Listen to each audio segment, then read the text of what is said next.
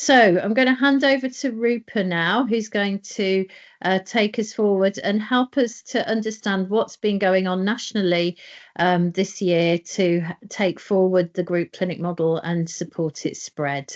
Rupa, over to you. Thanks, Georgina, and thanks, Alicia.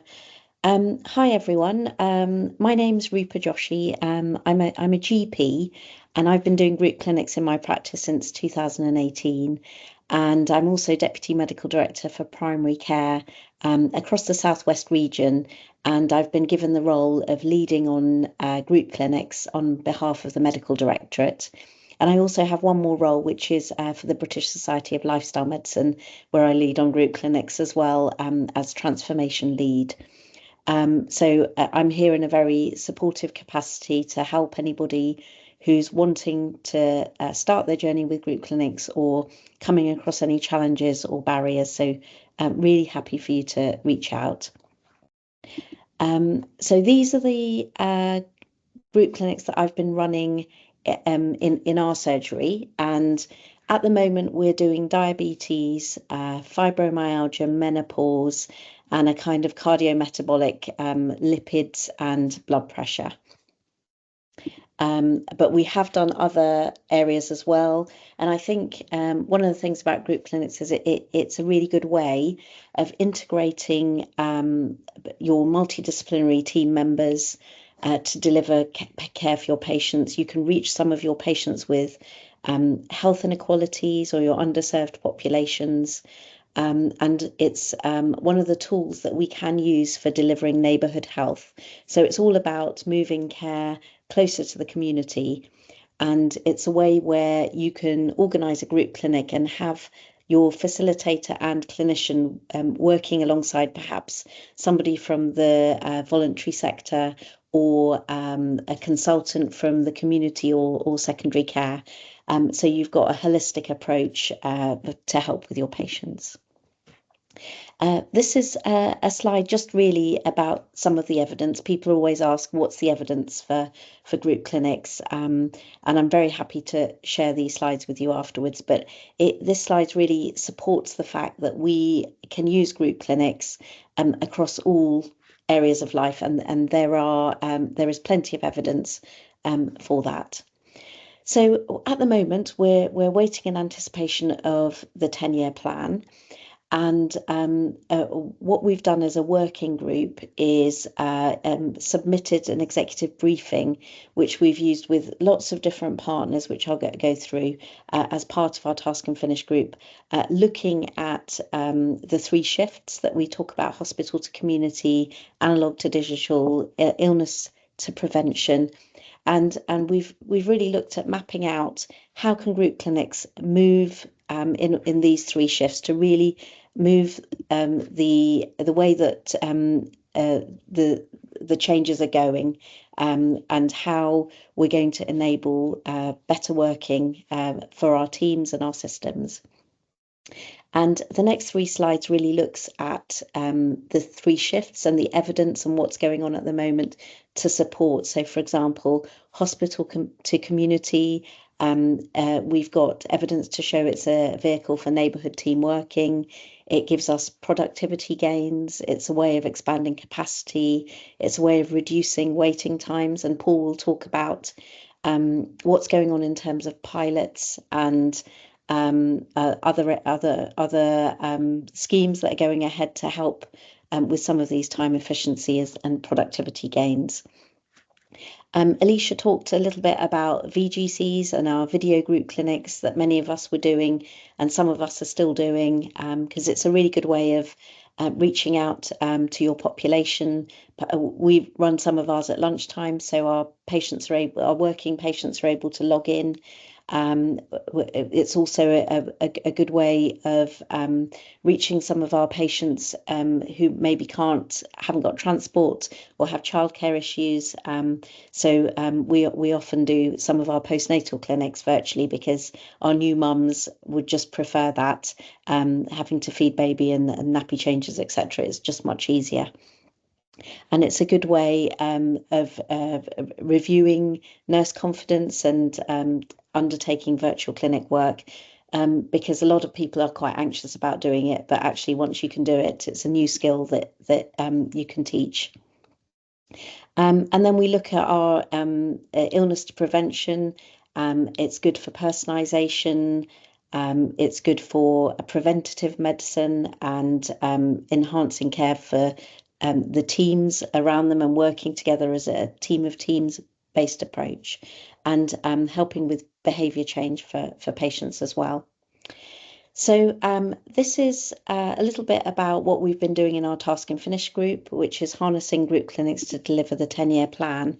And we've got a whole host of contributors, including the Nursing Directorate and preventative teams, workforce, training and education, behavioural sciences unit. So we've really got together as lots of different people working in different spheres, because as we know, group clinics encompass community weights, elective care, primary care. It can go from women's health to children and young people, and all over really, all different aspects of clinical care. We've also asked external partners to be part of our Task and Finish group. So we've got the Health Innovation Networks with the British Society of Lifestyle Medicine, Personalised Care Institute, and we've got Health Watch on our board as well, and Kismet, who are accreditors for different training programmes. And we're at talks at the moment with our elective care colleagues around collective care. So collective care was something that was written in the elective reform plan, where we're looking at a new way of delivering care. So it could be in group-based care, it could be in super clinics, it could be in person, remotely, or it could be comorbidity clinics. So there's different ways that we can work with our patients to get them seen faster and get them seen to deliver a really excellent quality of care. And these are some of the things that we've come to in our executive briefing paper, of things that we think would be helpful to spread and innovate.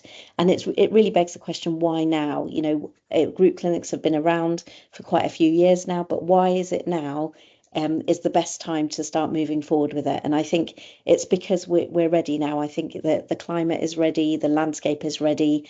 We're still recovering from COVID in terms of our elective weights and our community weights.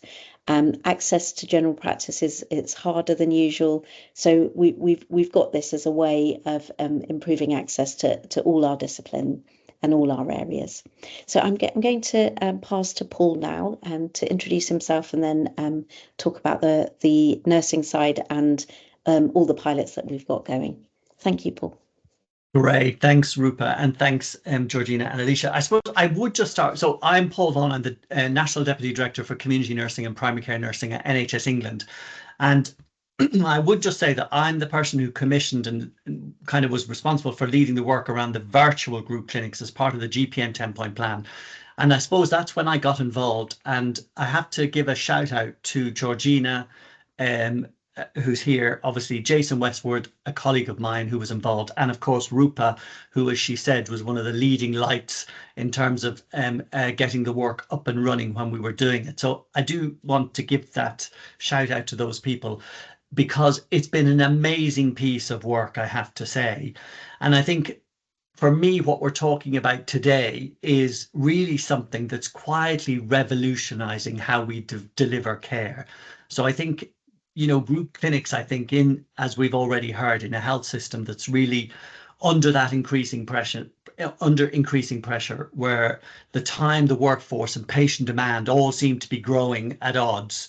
Group clinics, I think, really offer a different, a smart, a compassionate, it's a scalable solution to some of those challenges that we face. So really, I'm just going to give you a bit of a smattering. I'm not going to go into lots of details around some of the stuff that's been happening, just for you to kind of maybe get your own ideas going around what you might be able to do in terms of using group clinics in your area of practice. But in terms of a board that we sit on called Community Weights, some of the stuff Rupa and I recently did a presentation to them, but there's already stuff happening in terms of community weights, because as you can see on this slide here, you know, some of that work around those initial assessments are often challenging because clinician times is spent doing all the review and the follow-up. So if you can use a kind of group reviews, group consultation, group clinics in a way that will enable you to do some of that work differently, you can do some of those assessments and first appointments in a different way. It will help release the clinician's time in order to get into that space to be able to do all of that. So those reviews can be done very differently. There's also that, Rupa's already mentioned the long COVID work and some of the work that came out of that, really how we managed through that piece of work to reduce the demand for those clinics from 3 months to less than 2 weeks. It was quite inspirational for the people who led that work, just to see how that was developed. You'll see there, Devon are doing a huge amount of work in the Southwest around video group clinics and in terms of clinics themselves, both face-to-face ones as well. And you'll see there some of that example around their stroke team, the difference that they've made. And you'll see also, we talk a lot about it in nursing, but you can see from these examples, it's more than nursing that can use this. And you can see there the example from the teams exploring group clinics to reduce those weights for specialist physiotherapy, particularly in pelvic organ prolapse. So some really interesting work testing out where we can use this technique really better. So if I could have the next slide, please. And this, again, is the stuff you've kind of heard Rupa talk about on the next slide, which is around the Devon pilot in terms of some of the pioneer sites we've been working with. What we wanted to do was to try and work across a whole ICB system to say, if you did this across a whole ICB system, what kind of difference could you see? What would the scale of that be? So we funded a small bit of money across, and I have to give a shout out to Sarah Hall. She's been fantastic across this group of PCNs, and you can see the different things that they've been working on. A lot of overlap, but they've been working on those in terms of this approach, really making a difference. And we'll be writing up across that whole system what difference it's made, how you can report on that. So we'll wait and see what the report brings back, but we're already seeing really positive results. If I could just have the next slide, please. So on the next slide, you'll see when we were doing this piece of work, we joined up with our colleagues in the outpatients team to try and marry up how might you link up. It's some of that work around primary and secondary care, that interface work. How does that work? So we were trying to work with some of the outpatients department, and you'll see here some of the places that they've been working on this to see how they can make a difference in terms of how they manage those outpatients appointments. And you'll see there some of the examples that might just jog some ideas for you in your area of work, of some of the areas you are able to do that. And on the next slide, we've been working, I last in the last organizational change in April 24 took over community nursing, and one of the things we wanted to kind of check out, how might we work with community nursing around the whole agenda of group clinics. So we've gave a little bit of funding to the Southwest. Bernie Edwards and Jen Charlwood, a shout out to them. They're doing some fantastic work with the board down there to try, and they made the offer out to the system, and 5 systems, if we can see on the next slide, have come forward. And I think as we think about the workforce going forward and what we're doing, we are going to see more. I know one of the challenges we have is how work is commissioned. How do we commission work? Which is one of the barriers, I think, to how we do things really well in the NHS. But if you think about community nursing, there is that sort of overlap with general practice nursing. So what we've done here, there are 5 community projects that we were kind of looking at to see how might group clinics help. And you'll see here, the first one there is looking at leg ulcers in Cornwall, and some of the other work that they do around bladder and bowel incontinence, but actually thinking about how could they bring people to, in terms of their appointments, in a skilled way. How might they avoid admissions to ED? How might they use it in terms of people who can't get an appointment at the practice, how might the community staff support some of that work going forward? So that's an interesting one. I think the one around diabetes in Dorset, similar to what you see in general practice, but community nursing, there was so much of community nursing involved with having to give insulin injections. And actually what we're learning is that sometimes when somebody's newly diagnosed with diabetes in hospital, when they're being sent home, the nurses in the hospital are saying to the person and their families, oh, don't worry, the community nurses will come in and they'll give you your insulin. And actually, we need to shift to a space where people are able to do more self-management. So actually, through group clinics, there's a way of supporting that transition when people move from hospital to community, how we might be able to support families and people in order to do more self-management, but give them a bit of a safeguarding kind of fallback around making sure that they have the proper education and training, they have the access to those group clinics with others to learn from and develop together. So that's an interesting project. There's a big piece of work in Gloucester where they'll be looking at advanced care planning, end of life care, and I think palliative care. I think, again, there's a real opportunity to bring people together, communities together to support one another, particularly when we're talking about neighbourhood health. We could really think differently about how we do that. You'll see there at HCRG around the Bath area and that particular area where they're talking about potentially offering some digital and face-to-face sessions in terms of bowel and bladder and incontinence issues. So that'll be interesting to see how that might unfold as a piece of work. And the last one in terms of Somerset, you know, you have virtual wards, but actually how do we have a kind of a group clinic that might, through frailty, keep people well so they don't end up in the virtual ward or they don't end up in the ED department? What might that look like? So in Somerset, they're going to be exploring that. So some really creative examples about how they might be able to use group clinics moving forward. So we will wait and see what they report back to us as we move forward, and they're being supported those systems by ELC. So Georgina and the team will be supporting them.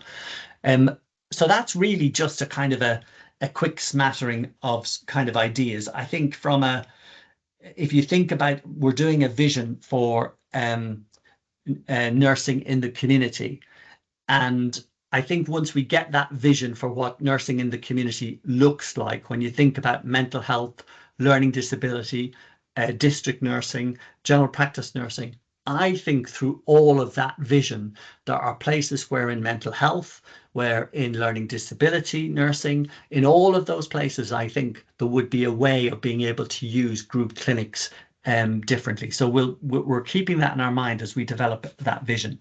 I think the 10-year plan, neighbourhood health as the way forward, this is a great model. So yeah, I think there's one more slide. I'm not sure that I'm speaking to that. Am I speaking to this slide? But you can just see here the why now. Why do we do it now? It's all the things that Georgina and Rupa have already said, all of those things about making a difference to the clinicians themselves on the ground.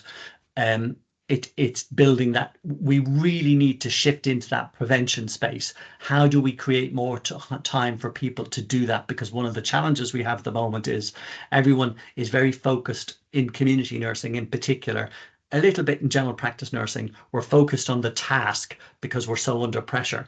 How do we do things differently with the resource that we have so we can move into the prevention space? And I think group clinics can really help us to be able to do that. So yeah, I don't know if someone else is going to say anything else to that slide, but they're just some of the things that I would say. So thank you for inviting me just to share some thoughts. Thank you, Paul. That's brilliant. So everybody, if you've got any questions, or even if it's just a comment, do post some bits and pieces into the chat so we can, we've got about 10 minutes for a little bit of a discussion based on what Paul and Rupa have shared. One of the members of the group, Claire, is asking, just wondering if patients make appointments for physical checks and bloods and then they get their review in a group. Is that how it works? I'm thinking perhaps Rupa, you could pick this one up. And also wondering about documentation, as I imagine a lot is discussed. How does that work? So do you want to pick up on those process questions whilst people maybe think of some more questions? Sure. So I think it depends on the condition. So, for example, if you're doing diabetes, then you've got your healthcare assistant doing the foot checks, the blood tests, the blood pressure, the urine, all of that.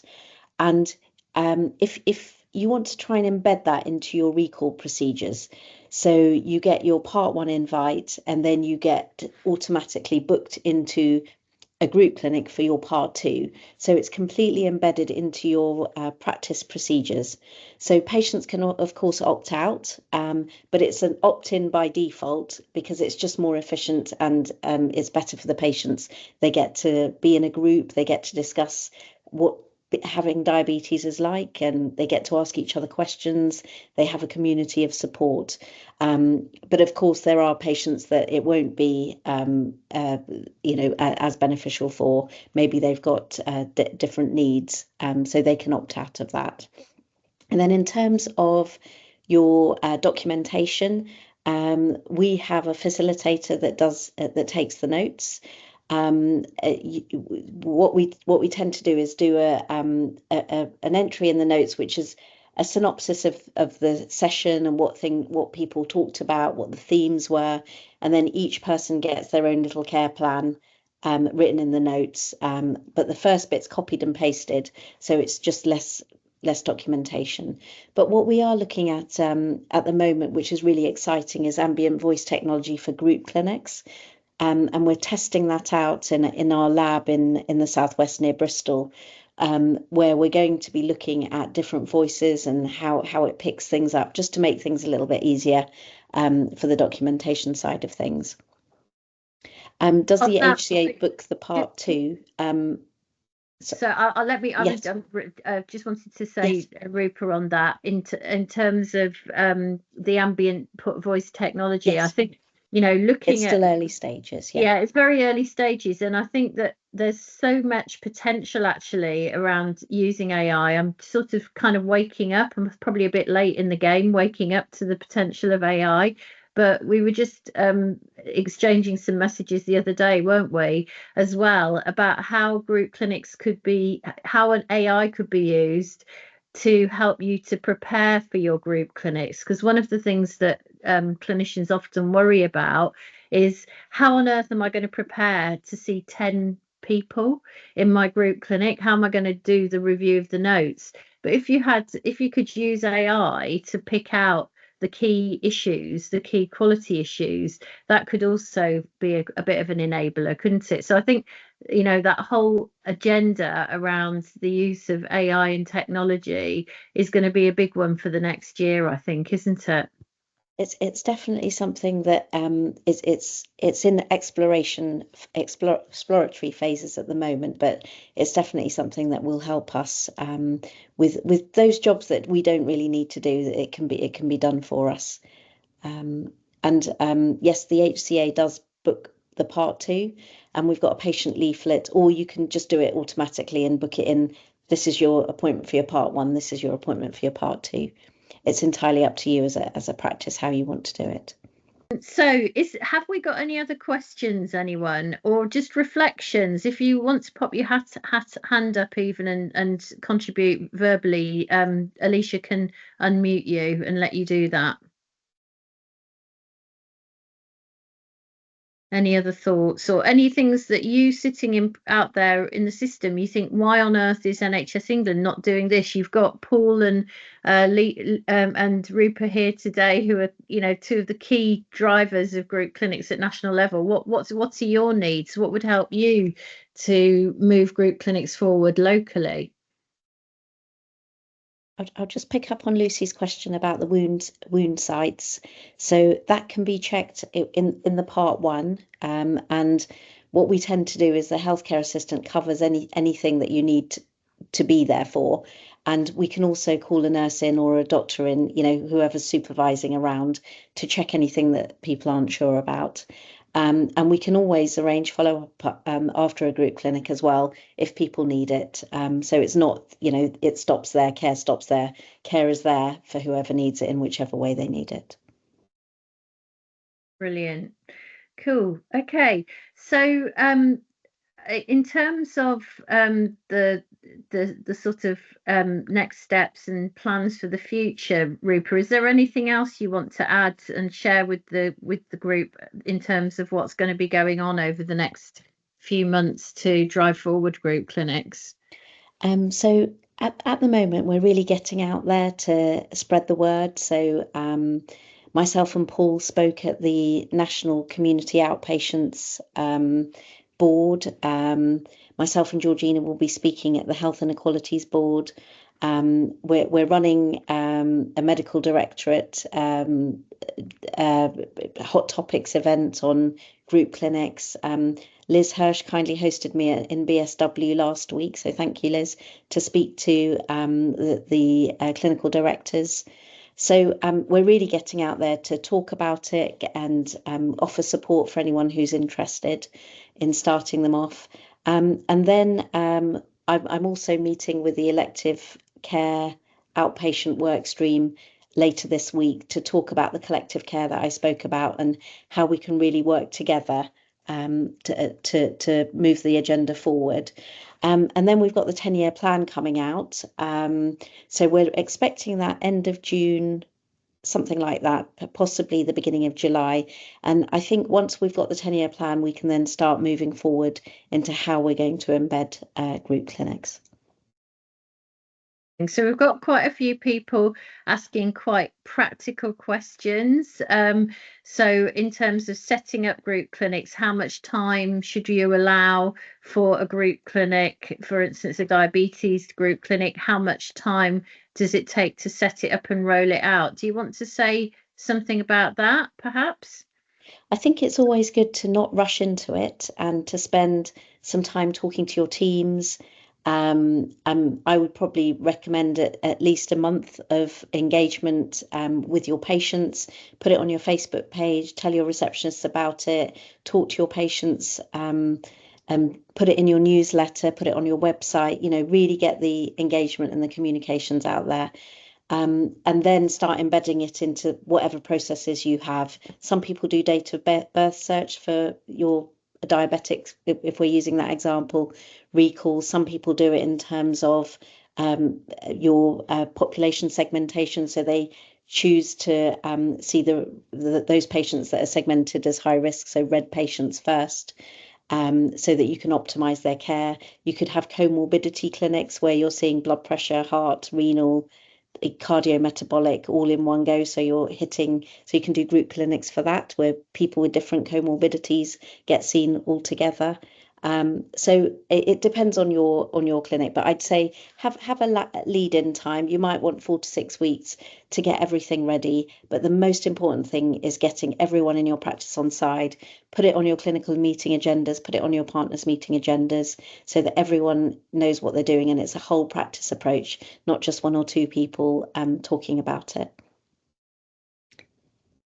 Brilliant. And then the consultations themselves are 90 minutes from start to finish, but the clinician doesn't need to be there for the whole time. The facilitator sets it up and then does the goal setting at the end, which is really important because it makes the patient empowered to, that's their goal. It's been written down. It's what they're going to go away and do for themselves.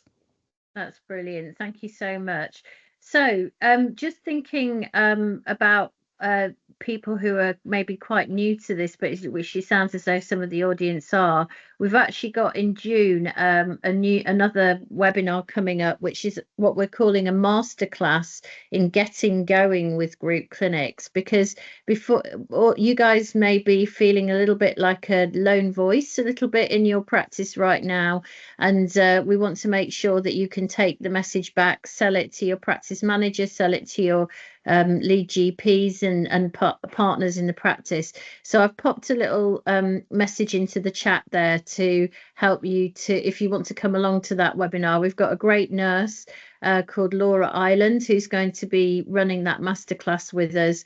And Laura has mainstream group clinics in her practice, and she'll be sharing her journey, her tips, and how she managed to get to the stage where group clinics are what she would describe as an invaluable part of her way of working. I think she was speaking at a meeting in London not all that long ago, where she said, if I had to go back to doing one-to-one appointments now, I just couldn't do it. And that's perhaps the greatest endorsement for the group clinics. Oh, Helen, it's sold out, is it? Well, we can extend the audience on that.